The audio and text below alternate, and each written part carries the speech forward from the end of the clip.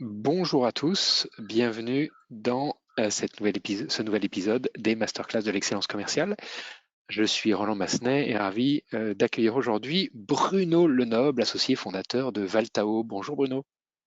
Bonjour Roland, bonjour à tous. Et alors nous allons parler aujourd'hui du stress.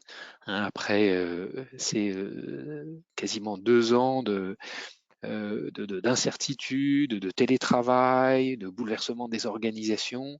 Tout ça a généré beaucoup de stress dans les équipes commerciales.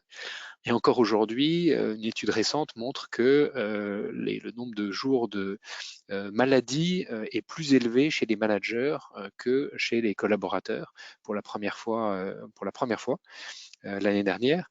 Le stress a donc aussi changé de camp. Et touche maintenant toutes les couches de l'organisation. Et donc, avec toi, Bruno, on va explorer ce sujet complexe, pour voir quelles sont les pistes que l'on peut donner à nos directeurs commerciaux et managers commerciaux qui nous écoutent, pour les aider à apprivoiser le stress et en faire un vrai outil de compétitivité, et ne pas se laisser déborder par le stress de ses équipes ou par son propre stress qui est généré par des situations en perpétuelle transformation. Alors avant de commencer, tout d'abord, vous êtes, comme toutes les semaines, absolument formidable. Vous êtes un peu plus de 230 inscrits à cette masterclass. La semaine dernière, nous avons eu le plaisir d'aborder les stratégies de réorganisation des bureaux avec une chercheure, Sandra Garcia, qui travaille chez Steelcase, qui est le leader mondial de l'aménagement de bureaux, et qui nous a donné quelques pistes de réflexion. Avec celle que je retiens, c'est vraiment de réfléchir ensemble avec ses équipes sur les modes d'organisation. D'abord les modes d'organisation personnels à la maison, et puis les modes d'organisation au bureau avec les différents rituels managériaux, les différents types de réunions, comment elles doivent se tenir, et surtout quand on a des réunions hybrides, quels sont les leviers pour renforcer l'efficacité de ces réunions hybrides. N'hésitez pas à revoir cette masterclass sur notre chaîne YouTube, où est maintenant disponible sur les principales plateformes de podcast. On est maintenant sur Spotify, sur Google Podcast, sur Apple Play, sur Deezer. Voilà, on les couvre depuis une semaine grâce aux efforts d'Edouard, à peu près toutes. Alors, qui sommes-nous? Les masterclass d'excellence commerciale existent grâce au soutien d'Incentive. Incentive répond à un besoin de moderniser les outils de management, qui sont encore essentiellement des emails et des tableaux de chiffres, alors que dans la vie quotidienne, les collaborateurs ont des outils extrêmement puissants pour se motiver et pour répondre à des défis qu'on se fixe à nous-mêmes, que ce soit courir un marathon ou apprendre une nouvelle langue. Et pour ça, Incentive a été créé comme une plateforme de digitalisation du processus de coaching de la performance. Donc, on aide les managers à être de meilleurs coachs dans des grandes organisations. On travaille dans un peu plus de 20 pays, dans 9 langues, dans des univers aussi variés que la banque, l'assurance, la pharma, les technologies, la grande distribution. Voilà pour la page de publicité. Et alors, aujourd'hui, on accueille Bruno. Peut-être, Edouard, peux-tu nous faire le portrait de Bruno pour qu'on apprenne à mieux le connaître? Avec plaisir. Bruno, vous êtes diplômé d'un master spécialisé dans les systèmes d'information à Paris-Dauphine. Vous choisissez très vite votre voie, conseillez les dirigeants, accompagnez les équipes qui sont au cœur des transformations. Après 5 années chez Altheim puis Capgemini, vous fondez Valtao en 2007, un cabinet de conseil spécialisé en management de transformation.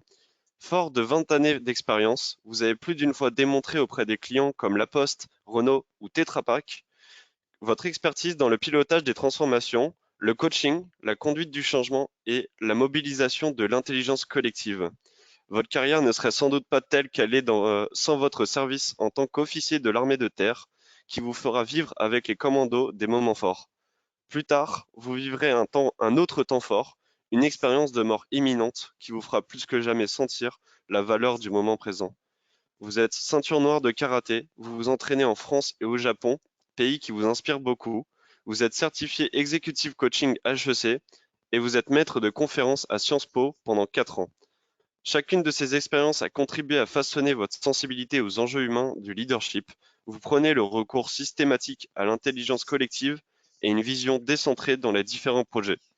Vous mettez un point d'honneur à ne laisser personne derrière lors d'une transformation. Vous avez ainsi créé une nouvelle approche que vous appelez Performance Zen pour un accompagnement inclusif des transformations. C'est aujourd'hui avec cette expérience de la conduite du changement et des transformations que vous venez partager avec nous cette masterclass sur le stress comme un atout à apprivoiser. Alors, après une telle expérience, on est ravi, Bruno, de pouvoir t'accueillir pour nous parler du stress, parce que finalement, dans les transformations, dans la conduite du changement, ce qui freine le succès de ces transformations, et Gartner nous dit que dans 66% des cas, les transformations échouent à atteindre leurs objectifs, une grande étude de 2018 sur plusieurs centaines de programmes de transformation à travers le monde.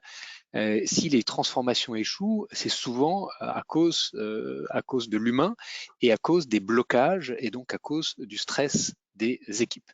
Et donc finalement, l'enjeu de notre discussion aujourd'hui, c'est pas simplement de comment je maîtrise mon stress et comment je fais mes respirations du yoga le matin, c'est comment je réussis à accompagner la transformation de mon organisation. Et donc, on est sur des enjeux assez critiques pour tous nos auditeurs. On peut peut-être commencer par définir ce que c'est que le stress, Bruno. Est-ce que, à travers tes expériences de mort imminente, dans les commandos, quelles leçons tu en tires et comment est-ce qu'on peut définir le stress? Déjà, ce qu'on peut dire, c'est que le stress pour une même situation va pas du tout être de la même ampleur, de la même intensité d'une personne à l'autre. Si on regarde toutes les définitions qu'on peut trouver, il y en a une qui m'intéresse, qui m'interpelle pas mal, c'est le fait que le stress est généré par un écart entre une perception d'une demande qu'on reçoit et la perception des moyens qu'on a à disposition pour y répondre. Et les deux termes importants, c'est écart et perception. Et c'est là qu'effectivement, on a vraiment un pivot pour construire avec succès ou avec parfois effectivement des échecs, comme tu le soulignes, dans des proportions qui pour moi sont beaucoup trop importantes, les transformations. Et c'est en travaillant ces perceptions, en regardant comment elles se manifestent dans les équipes, comment elles se manifestent pour soi-même, entre cette demande qu'on reçoit et la perception des moyens qu'on a pour y répondre, qu'on va pouvoir commencer à générer une dose de stress qui peut avoir un certain nombre d'effets, on va le voir un peu plus tard. Et alors aujourd'hui, le stress impacte de nombreuses organisations. Est-ce qu'on a quelques chiffres qui permettent de quantifier cet impact? Alors, les chiffres, on les a effectivement, je dirais même qu'on en a pas mal, même si il y a une sorte d'ambiance en ce moment de dire la crise amplifie l'incertitude génère du stress, et donc du coup, il y a une forme aussi dans les discours de banalisation du stress. Si on regarde les chiffres, on s'aperçoit en un an, dans différentes études, que ça concerne en France 2 millions de salariés, donc ça fait doubler les chiffres en un an. Que concernant les managers, tu as tout à fait raison de le souligner, aujourd'hui, il y a un point de bascule qui est que 66% d'entre eux trouvent la fonction de management stressante, 43% trouvent qu'elle nécessite trop de responsabilités. Et enfin, comme on l'a marqué ici, ça c'est le baromètre Women's Forum de juin 2021, un manager sur deux imagine que perçoit que sa fonction est trop difficile depuis le début de la crise sanitaire. Donc oui, il y a un gros effet. Si on chiffre ça, mais là j'ai pas fait l'exercice pour aujourd'hui, en termes de coûts d'arrêt de travail et de perte d'efficacité en interne dans les sociétés, ça se mesure en fait en milliards. Et alors, est-ce que il est vraiment nécessaire d'effectuer un travail sur son stress?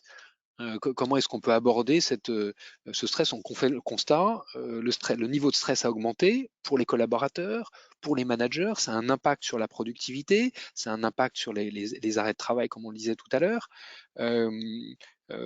Comment est-ce qu'on aborde ce sujet du stress et du travail de soi-même sur son stress dans l'organisation? Alors, je dirais que dans une organisation, on a deux points d'entrée. Il y en a un qu'on peut traiter aujourd'hui, que nous, on utilise comme vraiment un matériau pour apprécier la capacité d'un groupe, d'équipe à suivre ou à piloter ou à prendre en main une transformation. Ce sont les perceptions. J'insiste à nouveau là-dessus. Tous les éléments des études neuroscientifiques confirment l'intérêt de travailler sur ce sujet. L'autre axe, c'est de regarder où est-ce qu'on se situe en matière de stress. Et donc, il y a des échelles, j'en ai proposé une, j'en utilise une sur la partie de coaching avec les cadres et les dirigeants, qui est donc l'échelle dite de Holmes et de Rai. Donc, c'est un outil qui est intéressant, même s'il n'est pas tout à fait complet. Alors, c'est pas ce slide-là, c'est l'échelle avec c'est l'échelle avec la catégorie des voilà, celui-ci, C'est merci. celui-là. Ouais. Voilà. Donc, ce document, ça, vous pouvez vous le procurer très facilement sur Internet. Il a plusieurs intérêts, ce tableau, cette échelle a plusieurs intérêts. Déjà, ça vous permet, vous, de vous situer sur la valeur qui est donnée par un événement dans la vie, personnelle ou professionnelle, sur votre niveau de stress. Et en plus, vous pouvez faire un cumul, ce qui est préconisé sur l'année, pour voir un petit peu, après, on va voir les risques que ça génère. Cette grille, c'est aussi un document de communication. Vous pouvez, avec vos équipes, bâtir ou ajuster cette grille. Il y a quelques thèmes qui, à mon avis, manquent dans cette grille, d'autres qui vont pas forcément intéresser la dimension professionnelle, personnelle, encore que. Mais en tout cas, c'est une grille sur laquelle vous pouvez vous appuyer pour ne serait-ce que enclencher un dialogue, pour vous permettre d'apprécier quelles sont les réactions au stress sur un certain nombre d'événements communs. Et là, vous allez vous apercevoir que pour certains, il y a effectivement un niveau de stress élevé, puis pour d'autres, ça va être quelque chose de presque normal. Avec un troisième cas de figure qui est c'est normal, mais en fait, c'est un déni, on sous-estime l'importance. Donc là, c'est vraiment un outil à la fois de mesure et de communication. Cette échelle, si on fait le cumul, donc les deux concepteurs, Holmes et Ray, ont fait le travail, et ça a été prouvé après par une série de travail sur le terrain. Si vous êtes à plus de 300 sur les 12 derniers mois, vous avez un risque de plus de 80% d'avoir des maladies dans l'année, et entre 100 et 300, de l'ordre de 50%.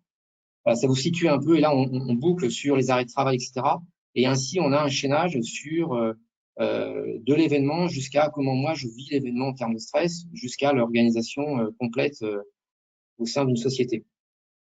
Alors, ce qui est passionnant, Bruno, c'est que dans la liste dans l'échelle de Holmes et Rae, il n'y a pas que des événements qu'on pourrait penser négatifs, il y a aussi des événements positifs, hein. Bon, donc il y a la mort du conjoint en valeur 100, mais il y a un mariage qui est plutôt positif, l'arrivée d'un nouveau membre dans la famille, c'est plutôt positif, un succès exceptionnel, c'est plutôt positif. Donc on voit que même les sujets positifs peuvent être source de stress. Oui, on revient à la définition tout à l'heure, il y a un écart de perception entre les moyens qu'on imagine avoir ou qu'on pense avoir et ce qu'on nous demande. Le mariage, si vous regardez le film Le sens de la fête, on va vite s'apercevoir que c'est générateur de stress. En partie. D'accord. C'est finalement ce décalage dont tu parles, c'est ce que Daniel Pink, dans son livre Drive, appelle l'autonomie, hein. Il identifie trois leviers d'engagement: l'autonomie, la maîtrise et le sens. Finalement, c'est ça, hein, c'est l'autonomie. Si je suis autonome, finalement, je réduis l'écart entre la perception des moyens mis à ma disposition et puis la réalité, c'est ça? La diminution du stress va être un couplage entre l'autonomie et le contrôle, en fait. C'est-à-dire qu'à partir du moment où j'ai une sensation accrue et relativement longue d'une perte de contrôle, le niveau de stress pour un même événement va monter. Si je retrouve des éléments à disposition, on va en parler tout à l'heure sur le principe de mise en action, avec le contrôle que je peux avoir sur la situation, le niveau de stress va diminuer. Donc effectivement, c'est extrêmement lié. On va le voir après, j'ai mis, il y a une illustration sur un film de Clint Eastwood illustre à mon sens très bien le travail d'autonomie, de reprise et de reprise de contrôle dans une situation. Et pour les organisations en transformation, on le voit en ce moment, il y a beaucoup de transformations, notamment digitales, où les équipes sont coupées d'un certain nombre de moyens. Et du coup, pour un objectif donné ou un résultat attendu donné, il y a une proportion de stress en conséquence qui est générée. Alors, soit on le considère comme étant quelque chose à travailler, soit on se dit on rentre dans une mécanique on va dire, de déni, de sous-estimation, et on attend que ça passe. Ça peut être une stratégie. Et donc, combattre le stress finalement, c'est une perception d'une menace, c'est ça? Et alors, combat, fuite, inhibition, comment est-ce qu'on réagit et finalement, est-ce que le stress est si négatif que ça? Au départ, le stress, c'est ce qui nous a permis d'être aujourd'hui en train d'échanger. Au départ, le stress, donc quand on remonte à l'époque Néandertal, par exemple, j'ai pris l'image là quelque part là, du mammouth. Le stress, c'est une perception d'une menace à la survie. Donc, de ce point de vue-là, merci le stress. Si on prend des cas un peu extrêmes, genre des accidents, la réaction de stress va bien sûr consister à éviter l'accident. Donc, de ce point de vue-là, merci le stress. Le problème aujourd'hui, c'est que en fait, le cerveau ne fait pas la différence entre, ça c'est le slide suivant, ne fait pas la différence entre une perception de menace à la survie et la perception d'une menace à notre ego. Alors, si on parle un instant de l'ego et qu'on associe ça simplement à dire que c'est un processus d'identification à ce qu'on fait, à ce qu'on dit, à ce qu'on veut réaliser, eh bien, on s'aperçoit que la grosse différence avec l'époque du mammouth et aujourd'hui, c'est qu'on a une succession parfois incessante dans une journée ou une semaine d'éléments qui viennent travailler notre ego. Et surtout dans des contextes d'incertitude pour lesquels on a des ambitions de transformation qui sont élevées, ne serait-ce qu'en termes de rapidité ou de qualité attendue sur une nouvelle application digitale, sur une nouvelle organisation, etc. Et donc, effectivement, tu as raison de souligner, Roland, que les trois manifestations classiques ou les trois réactions qu'on peut imaginer, fuite, combat ou inhibition, vont se manifester de façon beaucoup plus fréquente et parfois imperceptible dans une journée ou en tout cas un temps de travail. Et c'est pour ça qu'on a aussi des effets qui amènent au burn-out parce qu'on a des stress certes aigus que là on peut facilement conscientiser. Il y a un événement déclencheur évident, un accident par exemple, un événement majeur de réorganisation, mais il y a aussi des dimensions insidieuses du stress.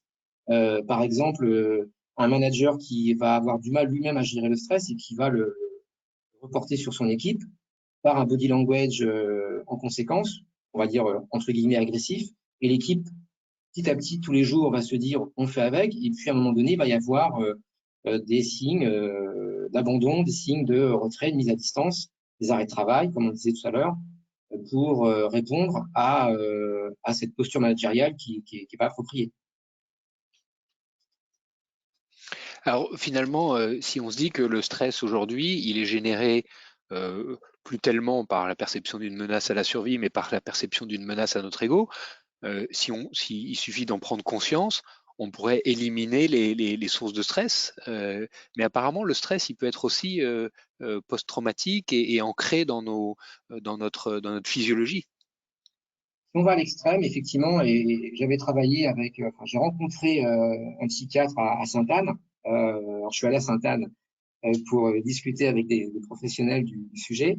Si on va à l'extrême, donc Bessel Kolk, qui est un psychiatre américain, a fait beaucoup de travaux sur les effets des stress post-traumatiques, donc des stress extrêmes. Là, c'est un IRM fonctionnel suite à un accident de voiture de deux personnes, et en fait, ils les ont passés dans un scanner, un IRM fonctionnel, pardon. On s'aperçoit que l'activité du cerveau à gauche a exactement la même intensité que si l'accident se produisait. Ça c'est absolument impressionnant. Et à droite, c'est le contraire, parce qu'en fait, c'est un travail dit dans le métier de dissociation. La personne ne ressent strictement rien. Donc, dans les deux cas, on a des réactions extrêmes neuronales. Et donc là, on voit les modifications que ça a générées, ce stress, et qui du coup va avoir un impact sur la physiologie, sur la vie quotidienne des personnes. La psychiatre Kolk disait par exemple que la personne de droite n'avait plus aucune perception de la vie de tous les jours, les émotions pour pouvoir dialoguer, échanger avec sa famille, ses proches, etc., étaient complètement distordues. Mais on imagine dans la sphère professionnelle aussi les impacts que ça peut générer. Donc on a un stress qui est une attaque à notre ego, on a un stress post-traumatique qui peut, à travers des souvenirs, nous faire revivre des situations compliquées. Alors finalement, qu'est-ce qu'on peut faire face au stress? Comment est-ce qu'il faut l'apprivoiser? Comment est-ce qu'il faut en maîtriser les effets bénéfiques? Comment est-ce qu'on peut en atténuer les effets négatifs et surtout les effets qui diffusent dans l'organisation quand on est un leader commercial et que forcément on est dans des situations qui parfois peuvent être stressantes, sous pression. Comment est-ce qu'on peut commencer à apprivoiser ce stress pour en faire un outil de performance? La première chose à faire, on l'a vu un peu plus haut, c'est effectivement d'en parler avec, j'allais dire, une grille, en tout cas des repères communs. Une fois qu'on a mis ça en place, ou en tout cas, on se dit on va le mettre en place et qu'est-ce qu'on peut faire en attendant, il y a aussi cette possibilité-là, c'est ce qu'on a écrit là, c'est ce que faire, c'est les trois réactions qu'on peut avoir, qu'on connaît, c'est donc la fuite, le combat et l'inhibition. Ces réponses-là sont, on l'a vu, quelle que soit la situation où l'ego est malmené, elles sont automatiques. Pour réapproprier, donc regagner, comme tu disais Roland, en autonomie et donc derrière en contrôle, une des choses à faire essentielles, c'est d'écouter son corps, c'est d'écouter son intellect et c'est d'écouter ou de travailler la relation, les relations, notamment des feedbacks qui sont envoyés à différentes occasions dans la sphère professionnelle ou la sphère personnelle. Et souvent, une des réactions qu'on retrouve chez des gens qui sont victimes de burn-out, qui vont jusqu'au burn-out, c'est que ces signaux-là ne sont pas écoutés. C'est des signaux faibles, qui sont pour autant convergents. Le corps est fatigué, le corps a du mal à suivre la cadence. L'intellect, on s'aperçoit qu'il débranche, ou il y a une forme, on va dire, de surchauffe. Au contraire, pour des détails, les relations envoient des signaux, des perplexités, envoient carrément de façon verbale des questions du style qu'est-ce qui se passe. Et donc ça, c'est des signaux qui très souvent sont mis de côté. Donc qu'est-ce qui va se passer? La machine, le corps et l'esprit vont continuer à subir la situation, ça va amplifier la mécanique et donc il va y avoir un jour ou l'autre quelque chose qui va dire stop. Donc, avant d'arriver à ça, un des premiers points, c'est d'écouter son corps, notamment les fluctuations d'énergie dans une journée, et d'arriver dans des moments de stress qu'on peut avoir, à un exercice simple qui est, ça tient en 3 mots.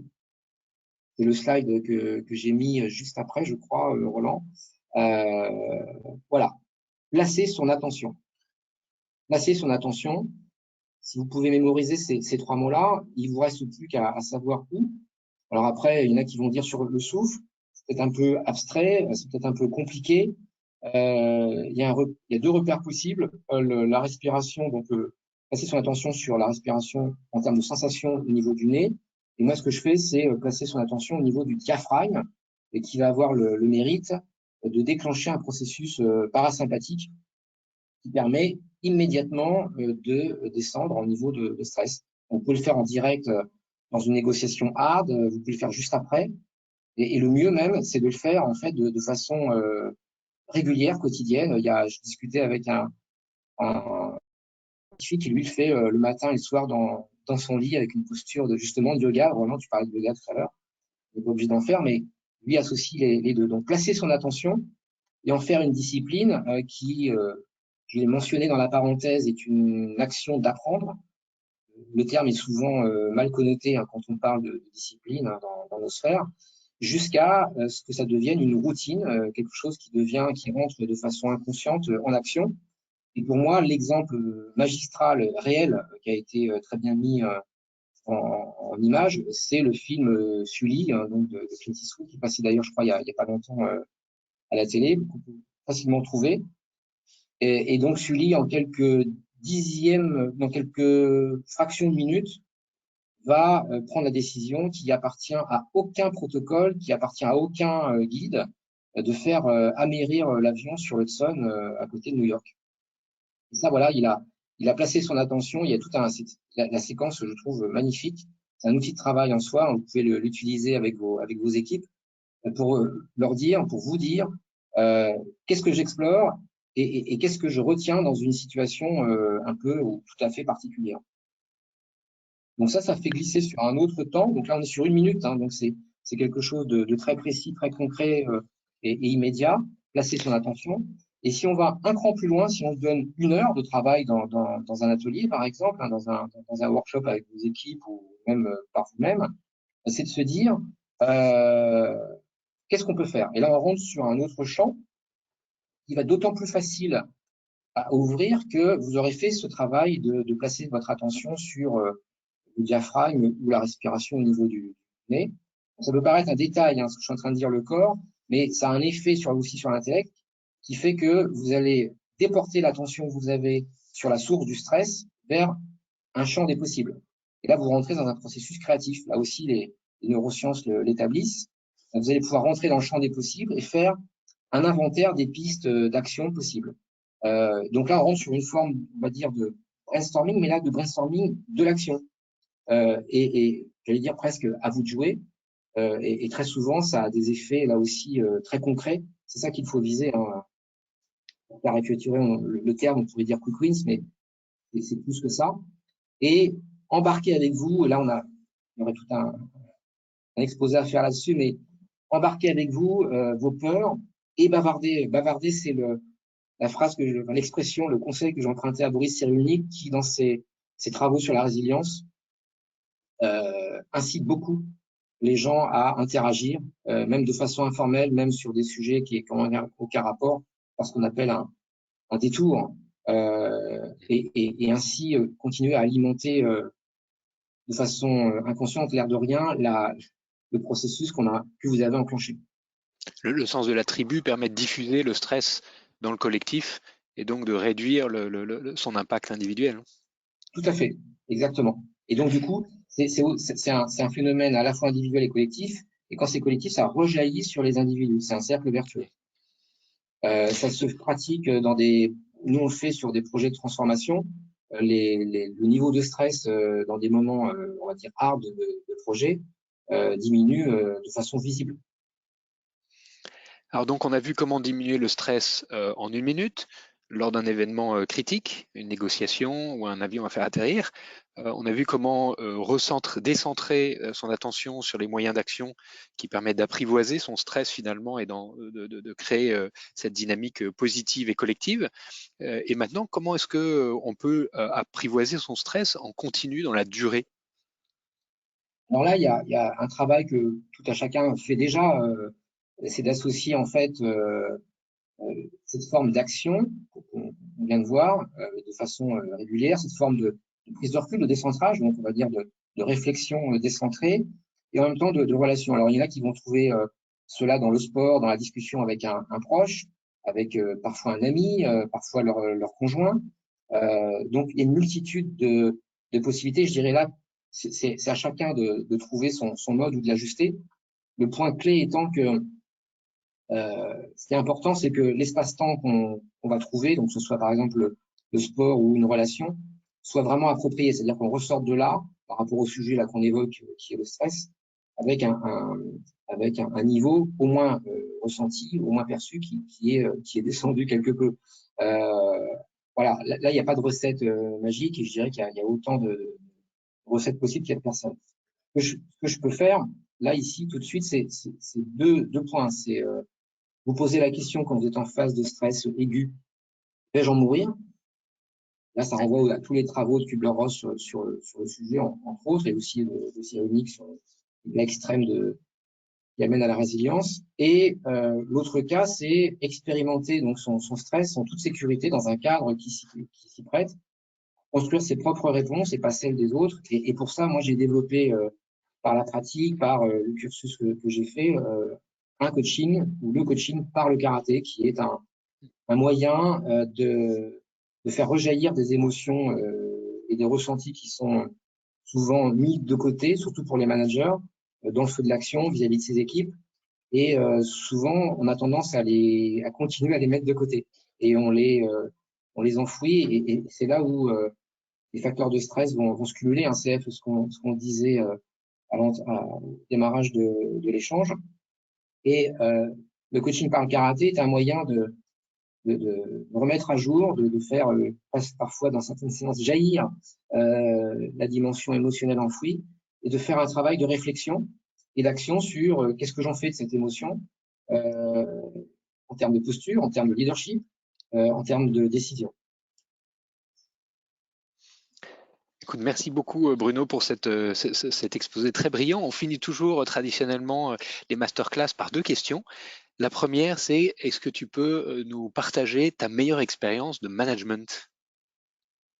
La meilleure, je sais pas, mais en tout cas, c'était pas tout à fait du management en tant que tel, mais c'était justement un client, un directeur commercial, pour le coup, d'une très belle société, ingénieur centralien, mais qui devait rebooster une nouvelle équipe.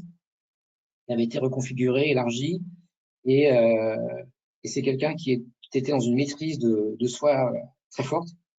Et dans une séance, on a travaillé une régulation. Il devait en fait ajuster l'équipe, se débarrasser de quelqu'un, et il n'y arrivait pas. Et un des freins, c'était le fait qu'il se contenait. Et donc j'ai poussé.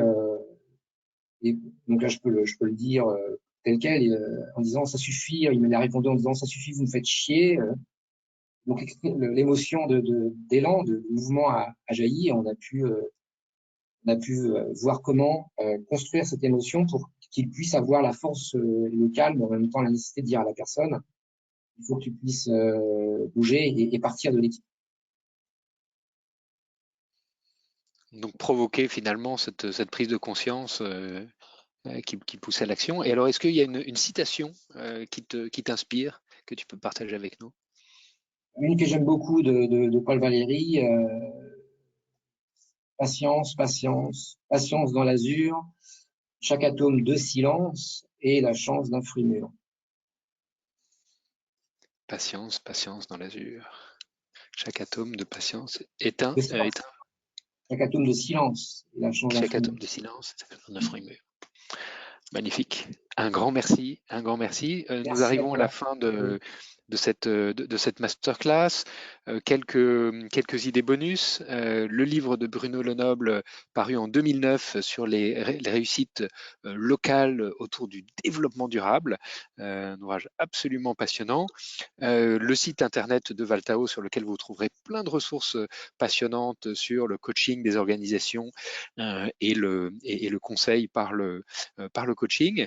Et puis le film que tu mentionnais tout à l'heure, Sully, l'histoire vraie d'un pilote d'US Airways qui a améri sur l'Hudson au large de Manhattan avec Clint Eastwood.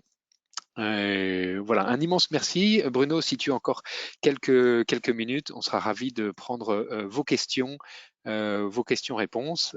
Vous pouvez les poser directement sur l'interface de GoToWebinar sur votre droite. Édouard, est-ce que nous avons des questions de nos auditeurs? Oui, on en a. Alors, première question, comment détecter des signes de stress chez les autres?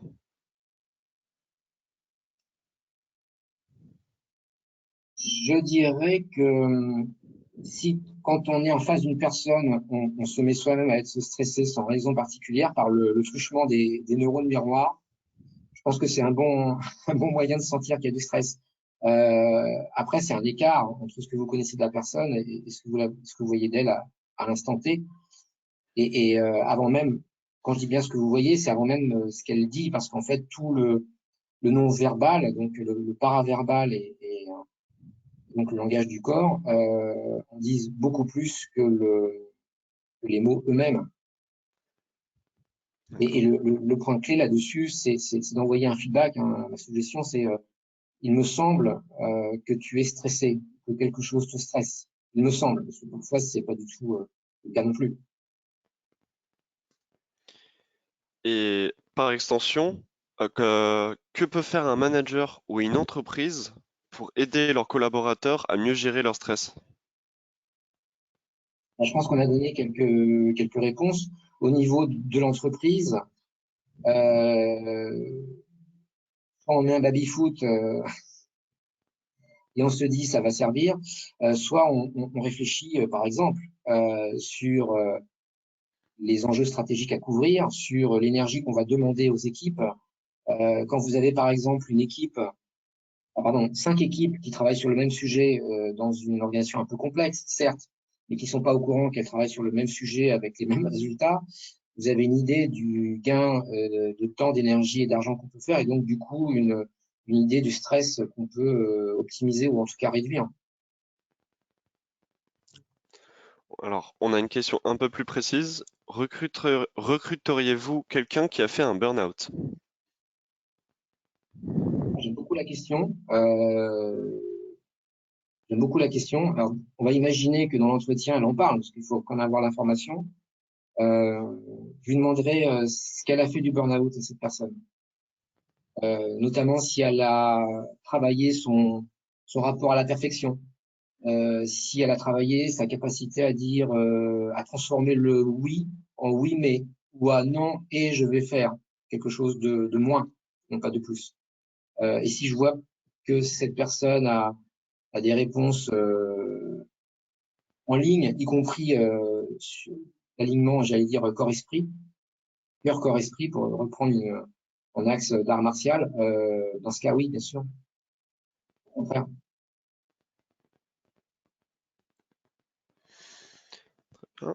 Et prochaine question.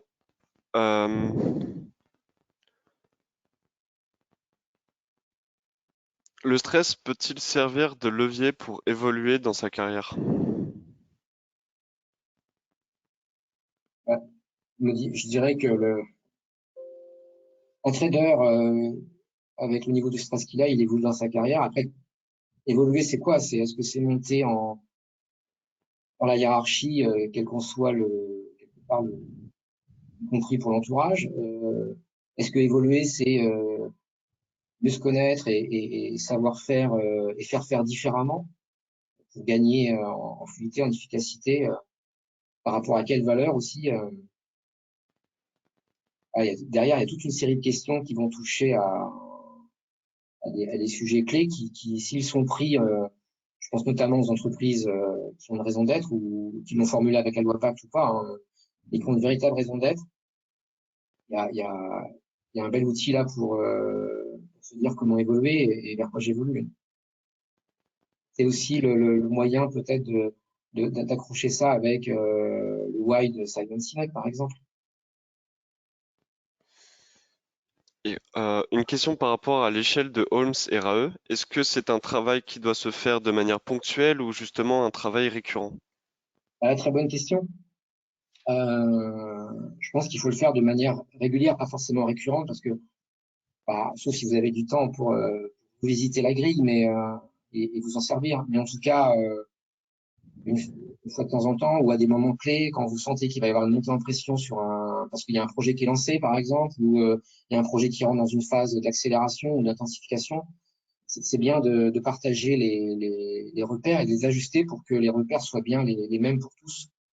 Si vous regardez les vidéos d'entraînement de la patrouille de France, c'est assez fabuleux. Il y a une chorégraphie complètement silencieuse, parfois même les yeux fermés, où ils vont bien s'ajuster et voir en débriefing après coup quels sont les moments où ils ont vécu une forme de certain stress parce que ils ont dévié la trajectoire, ou ils n'étaient pas tout à fait synchrones, pas autant qu'ils le voulaient.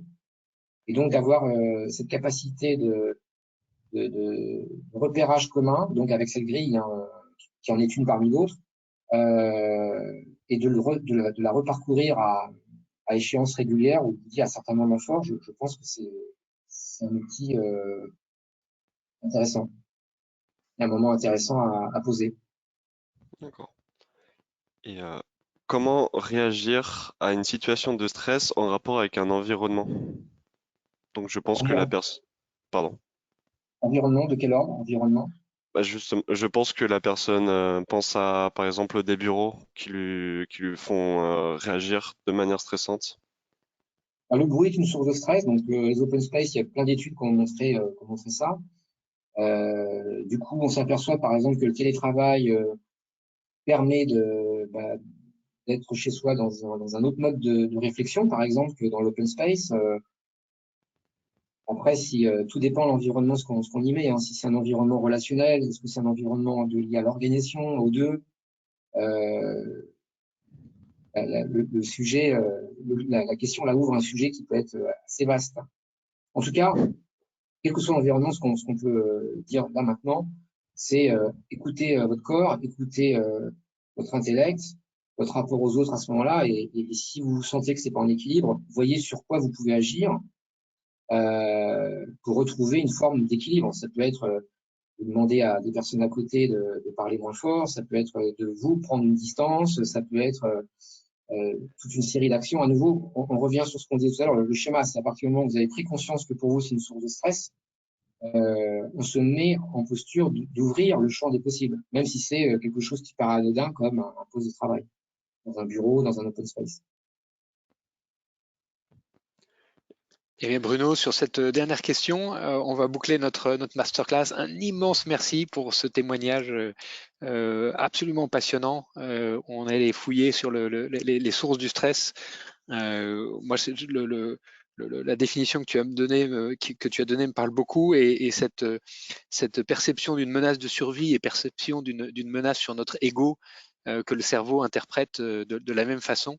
C'est finalement une manière de prendre conscience qu'on peut maîtriser le stress puisqu'il ne s'agit que de notre ego.